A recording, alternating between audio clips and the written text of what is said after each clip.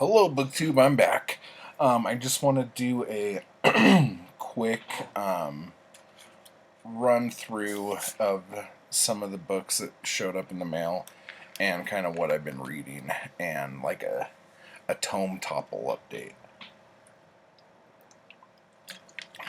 So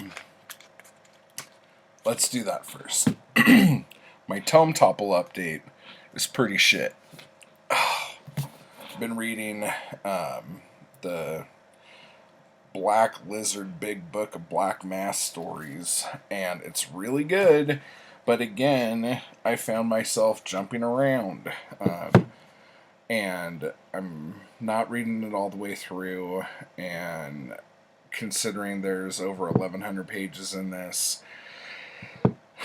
I probably only read like 5 to 10% of this book, so I'll get cracking on that pretty soon here. But one of the reasons why I haven't been reading this the way I'm supposed to is because I've been reading this, Raymond Chandler's Killer in the Rain. It's basically the short stories that he wrote and published in magazines like Black Mask that he ended up taking parts from each story to put into his bigger novels. And I'm going to do a whole video on this because this has been extremely inspiring. So I want to give this the time it deserves. But I've been reading that, and then I've been having to do a lot of driving this week, so I've been listening to a lot of audiobooks. And it's all Raymond Chandler stuff since I've been on that kick. But, so, I got some mail, and the first book I got was The High Window in the wrong frickin' kind. So now I'm starting to have quite a nice collection of these penguins, so I'm probably just going to keep them anyway. But this was one of the first ones I ordered, and it took the longest to get here, so I was actually expecting it to be that one. And then, I ordered Farewell My Lovely and got it in one of these editions. So the new one came, doot, doot, doot, doot, doot, and it's the edition that I wanted. Doot, doot, doot, doot, doot, doot. But guess what? It's the wrong size. It was supposed to be this big. This is the mass market size that I wanted, not the trade paperback. So now I'm going to have to order this freaking book again. It's so frustrating. This is just, I don't know why. I just prefer little books. And so, I don't know. So that happened. So I was excited for about a half a minute. And then I was like, wait a second. This book feels big. And then I put it in the stack with all of my shorties. And it sticks out like a sore thumb. So, damn it. But then I got a package from Steve. Thank you, sir. And inside it, I got some pretty cool books. So check this out. Nikolas Bentley, Inside Information. Look at that freaking cover. That guy's freaking terrifying. Jeez. So this was published in 1977. Or 78 in Great Britain. Oh my gosh. For a clever man, Dufferin had made an idiotic decision.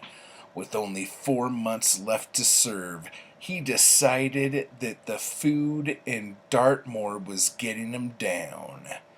Back outside, he's back in trouble. A gold bullion heist seemed like another good idea. At the time. ... But yeah, this is Nikolas Bentley, and he actually was a cartoonist and an illustrator That was like the main thing he did for years and years and years and years and years, and then started writing his own books. And I'm pretty sure that this is the only crime novel he ever wrote. I'm not 100% on that, but I'm pretty sure. Pretty sure. So this one's a pretty short read, but this is amazing looking. Thank you, Steve. And then I got Edwin of the Iron Shoes by Marcia Muller. Hello. And I think this is probably the same year. I'm going to go out on a limb. Yep. 78. So, this one is about this chick wrote about 1 million books, I'm pretty sure. This is the first book, actually, in her Sharon McCone series, a young, tough, and spunky investigator for a legal services cooperative. A wood-carved little boy mannequin wearing ornate iron shoes is the key to an elaborate scheme involving arson, vandalism, and murder. When a small-time San Francisco antique dealer is stabbed to death with a valuable bone-handled dagger from one of her own display cases, Sharon McCone is on the case. The most obvious suspects appear to be real estate speculators, each with his own reason for forcing shopkeepers out of the area, and each seemingly willingly to commit whatever crime is necessary to get what he wants, including murder. Ignoring threats against her own life, Sharon pursues her investigation, encountering more mayhem and death as she discovers that neither antiques nor people are always what they seem. Ooh. So, you all know how much I like to read things in order, so I am tickled freaking giddy that this is the first book. And I'm pretty sure that she is a grandmaster of the Mystery Writers Association of America or whatever. So, in the last book, this was 78, I guess, and the latest book of this came out in 2016. So I think there's like a crap ton of these. Yeah. Okay. So, finally, we're going to Marjorie Allingham. Dancers in the Morning. Look at how freaking graphic this book cover is. It's a bloody dude on the floorboard of the front seat of what looks to be like a pretty nice fucking car. It says, "If at first you don't succeed, kill again." Money or love, the dead woman had glittered on 2 continents with much knowledge of both. She had been killed. Mr. Campion knew. Because someone loved her too much, or hated her too much. But yeah, these are her Campion books or whatnot. I think I'm saying that right. But I've never read any of these before. So this is from 74. This Manor book. I've never heard of Manor books, so this is awesome. They obviously were a little more gritty with their covers. This was originally released in 1934, and one of the things I read about Marjorie is that she was fascinated with the occult and stuff like that. And her first book, which I can't remember the name of, she told everybody that the story was told to her during a seance.